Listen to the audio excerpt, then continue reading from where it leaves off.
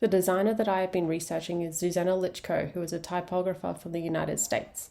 She is still practicing in the design industry, however, she began her career in 1984 with the release of the Macintosh computer. Licko started using computers as a teenager and naturally felt drawn to the Macintosh when it was released for its capabilities in type design software.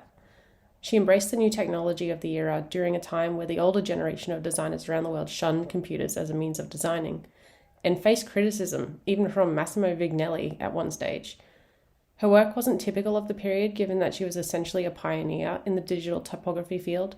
However, she was heavily influenced by the postmodern culture that was arising during that period of time. Licko was particularly interested in designing type for screens with a focus on legibility and readability. Her main focus was using the new Macintosh to design letterforms digitally. Over the years, she has also experimented with classics such as Bodoni and Baskerville, releasing her own interpretations named Philosophia and Mrs. Eves, respectively.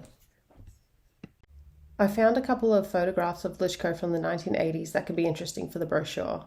In the final edition of Emigra magazine, there were a couple of photos of the office set up from when the foundry first began. On the next page here, I found several examples of Licko's original bitmap typographic work, including a snippet from the magazine on the right, showcasing how the text was made.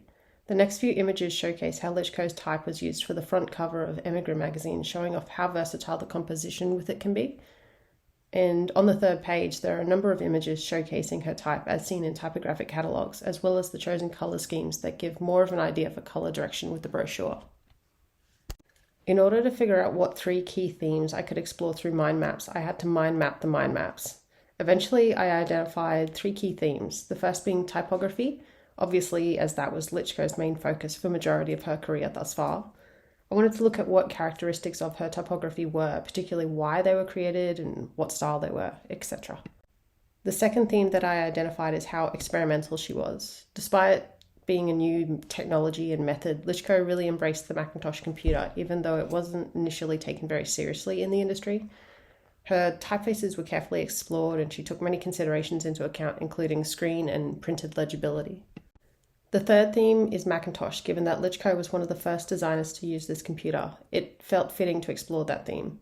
This is especially significant given that most, if not all, designers now use Mac computers to design. The early days would have been limited in what they could do, but Licko was able to make it work and produced iconic type with it. When mind mapping the title ideas, I kept veering into titles that stated the obvious, but I wasn't really confident that they were intriguing or eye-catching. However, when I think about a title that describes Licko and her career, I think about how she set in motion the new way of designing. So I think The New Typographer is a catchy title, but it is vague enough to elicit interest to read on. In my reflective text, I wanted to touch on how designers mostly use Mac computers nowadays, whereas Licko was one of the first. She essentially blazed the trail for digital designers and became a typographic legend in the process.